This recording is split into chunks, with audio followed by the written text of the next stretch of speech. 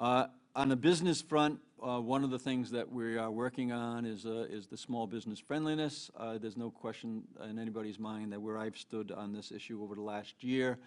And in many ways, I think that the work that we were able to do and that Lieutenant Governor continues to do to support our small businesses is showing small progress.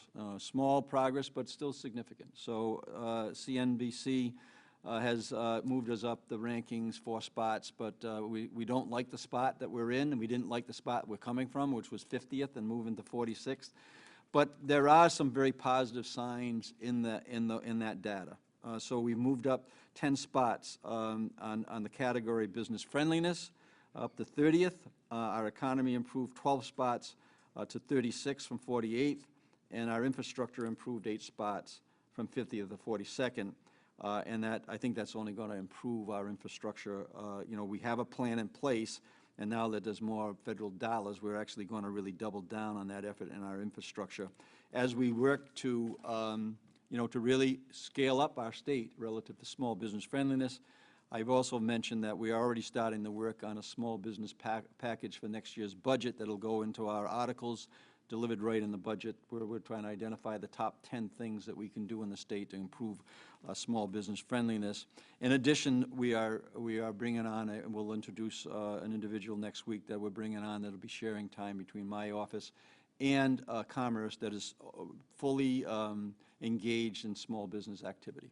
That'll be the first for our state. Somebody right out of our office will be assigned to that, and I mentioned that we not only have the issues with education covered, the equity and opportunity covered, and now we'll have that small business piece covered as well beginning next week. A community conversation this week, which again, for the people who are watching, that's an extension of the idea of Rhode Island 2030. What is the state of Rhode Island going to look like in 2030, and how we can use our resources and the leadership that we have in the state. I see Mayor Hopkins here from Cranston and our leaders. How can we engage our leadership in a way that we can help Rhode Island become the state that we want it to become by 2030? That is going to be on Thursday at 5 o'clock.